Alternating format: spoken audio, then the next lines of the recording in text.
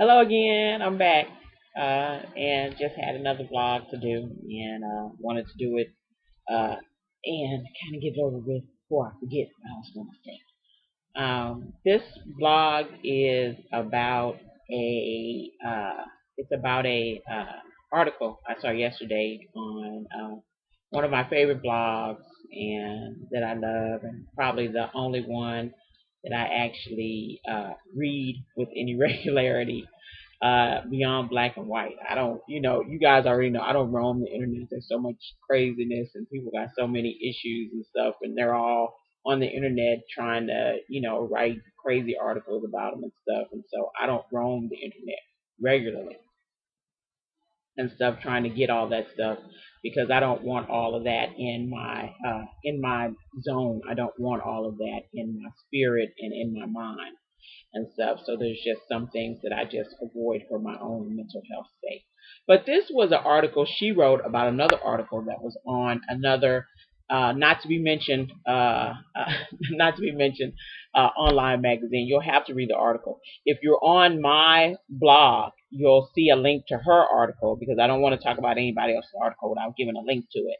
And then you may see where that article came from, but I'm not giving any craziness, any advertisement over here. So we'll just talk about her article and where I think some of that may have came from. And it was a response to an article called "Do You Want to Date a White Guy?" So that was her response. It was a response to "Do You Want to Date a White Guy?" article. And her response was actually wonderful. It was perfect. It was great. Tony, as usual, is very eloquent and very thorough, very engaging, very smart, brilliant. Is the way I probably describe her, and really thought provoking and stuff. So I love to read stuff that she writes. And stuff. And we usually agree on most things. I can't say we agree on everything, but that's okay. We're okay if we don't agree on stuff too. So, she's a cyber friend, and she comes to my blog sometimes and post comments and stuff. Love you, Tony. uh, uh, and I just wanted to comment on what it was about because it was some article where a woman had written an article in another online magazine about a friend of hers wanting to date a white guy, and then she comes up with all these kind of weird, kind of out of the box excuses about why it maybe wouldn't be a good idea and stuff for her friend. One was hair, and the other one was because she didn't have a white friend, and which both are like what for somebody that's been dating IR interracial for most of my dating life, I've never had those two things come up in a sentence. Some guy asked me, "Do you have a boyfriend?" What about your hair? I've never had that come up, so I don't really know where she got that from. But I think I know sort of where she got it from. And there is a weird thing with black women, and many black women, and I'm not saying all, but many black women with this weird kind of inferiority complex that comes from from living with people that give you an inferiority complex, living in places where you're not exposed to other people, that you don't know anything about other people. You may just see people on television or and stuff, but you don't know anything. And so many black women have this sort of internal um, inferiority, especially when it comes to interracial dating. Um, the reason I interracially dated or started interracially dating or felt like it was a possibility for me and I really didn't worry about what people thought is because I didn't see whiteness as special. I didn't see white people as special. They were just people just like me. I'd never been given the the message in my family that somehow white was special or it was unique or it was better or whatever. It was different, but not really that different. We still did the same things, and once you kind of get to know people, you figure.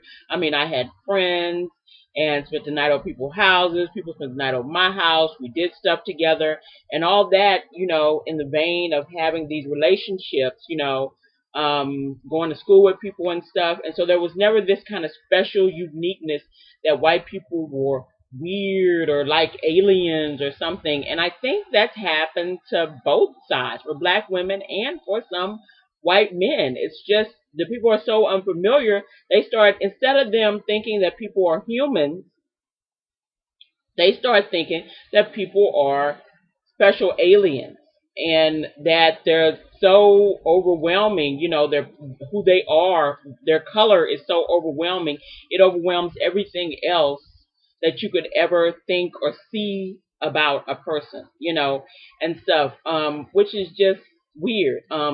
And in my case, since I had no inferiority complex, I didn't think I was less than this person that I might be interested in or I thought was cute or whatever, or might want to date or whatever, or who started talking to me. I never thought that that was strange or that was weird. Why would he talk to me? He's white. Why wouldn't he talk to me? I mean, I'm a smart, I was smart, good looking girl. At the time I was in college. I was kind of shy in high school, so I didn't do much dating, but I was in college, so why wouldn't someone want to talk to me or want to chat with me and stuff? So that never happened.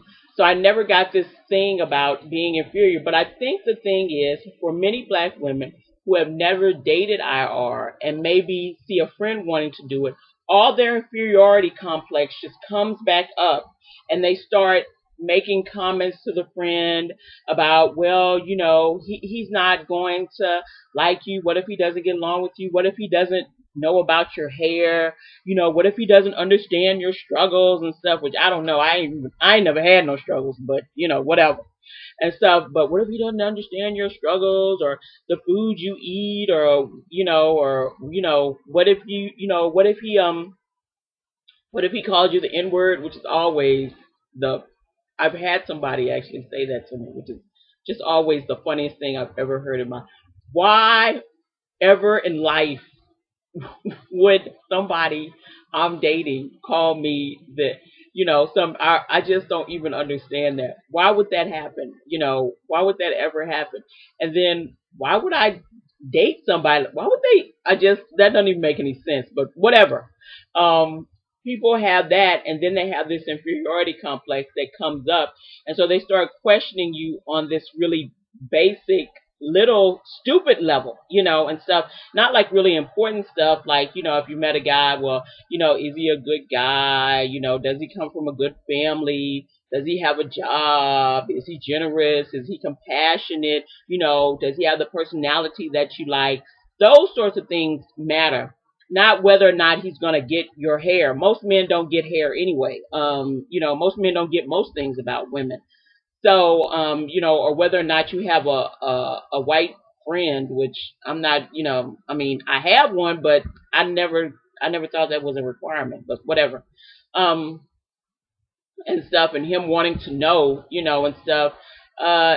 People are just people. And so when you take away all this kind of weird, thing about inferiority and specialness and how they're just so different and, and stuff, then you just come to the essence of getting to know a person, person to person and stuff. I never had any issues because I never thought people were special. I never thought anybody was particularly special. I mean, he might have been special because we were dating. He was special, but I never thought he was special because of being white. I never thought that. I never thought he was special or anything like that because of that.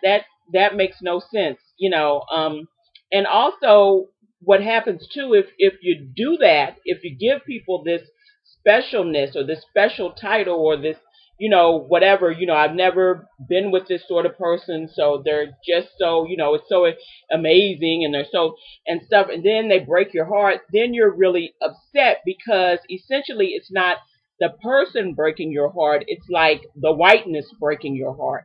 And so I've known many women who have dated IR and then got their hearts broken, and then all of a sudden didn't want to do it again because, oh, white men, well, whatever. White men are all different. They all do different stuff. There are good white men, bad white men. There are ones that are dogs that'll cheat on you. There are ones that are really dedicated and loving. But that's kind of for you to vet and find out, and stuff. And once you figure out you're special, you're the special one because he gets to be with you, and not special because you're a black woman, just special because you are who you are. Once you figure that out, then you don't have the insecurity. You don't have the inferiority complex of thinking, oh my God, this person is white, or will they understand who I am, or whatever, or will I get who they are and stuff. We're all living in the United States, and this is just in essence, kind of the United States that I'm talking about and stuff. Usually when I talk about things, I'm in reference to where I live and stuff. But we're all in the United States. We've all lived here in this country. We're all pretty familiar with what it means to be Americans, even though in certain ways we're a little bit different. But I'm a little bit different from my husband, not only because because I'm culturally Black American. I'm also different because I'm Southern, and stuff, and he's not. He's from the Pacific Northwest. And so everybody here in the Pacific Northwest, whether black, white, Asian, Latino, is different from me because I'm from Texas and stuff. So those sorts of differences and stuff like that. So, but there are so many more things we have in common than are different between us and stuff. So, but the article that Tony wrote, I just thought in essence, came from a place of when the article she wrote about the other article, essentially, the other article, whomever wrote it, came from a place of inferiority and fear. And so, and in many cases, many black women suffer from this. This is being closed off. This is being isolated. This is being told by family and friends that, different people don't want you. They won't love you because you're black, and stuff. And basing everything on the outside, on the skin color, instead of on the essence of who you are, and stuff. My parents never told me somebody would love me because I was black. My parents knew somebody would love me. They loved me. I was a wonderful daughter, and they loved me, and they saw the specialness in me that someone else could potentially see. Why would they ever tell me, well, no one will ever, these people won't love you because you're black? We never had that conversation. We never had that conversation because it wasn't true, and essentially, they didn't give me an inferiority complex. My parents never really talked about who white people were, how white people were keeping them down. I don't know. Maybe they talked about it in private, but they didn't talk about it in front of me. And so I never got this feeling that white people were dangerous, or that they were special, or that they were evil, or that they were wonderful, or whatever. I just got that they were just regular people, just like you and me. And, they had issues and problems and families and happiness and sadness and whatever. And we were all the same to me, except skin color was different. That was it, and stuff. So it was never this thing of, I thought that, somebody was so special and I had to feel inferior or bad about it. I didn't feel superior, but I didn't feel inferior either. And so, it's the sort of thing to help young black women that are coming up. If you have nieces or a daughter or whatever, to not feel that way about who she is, and so she can be able to pick and choose someone based on who the person is, based on whether they treat her nicely, or faithful, or hardworking, and stuff, are loving and kind, and stuff. That sort of stuff that really matters, instead of based on whether or not he's gonna get your hair, and stuff, which is just the most shallow of the shallowest, I've ever heard and stuff. So, I just wanted to make a comment on that. You go back and read Tony's article. It's a very good article, and tell me what you think, and probably comment on there and tell her what you think. I thought it was a really good article that she wrote in response to this article. But that article was just based on someone's inferiority complex that they decide that they were going to project onto a friend. That's all. And I feel sorry for the person who wrote the article. I feel sorry for her friend too. Because it's too bad that people would rather see you miserable like them, instead of happy doing what it is that you need to do, or finding a relationship that suits you. That's too bad. That's tragic.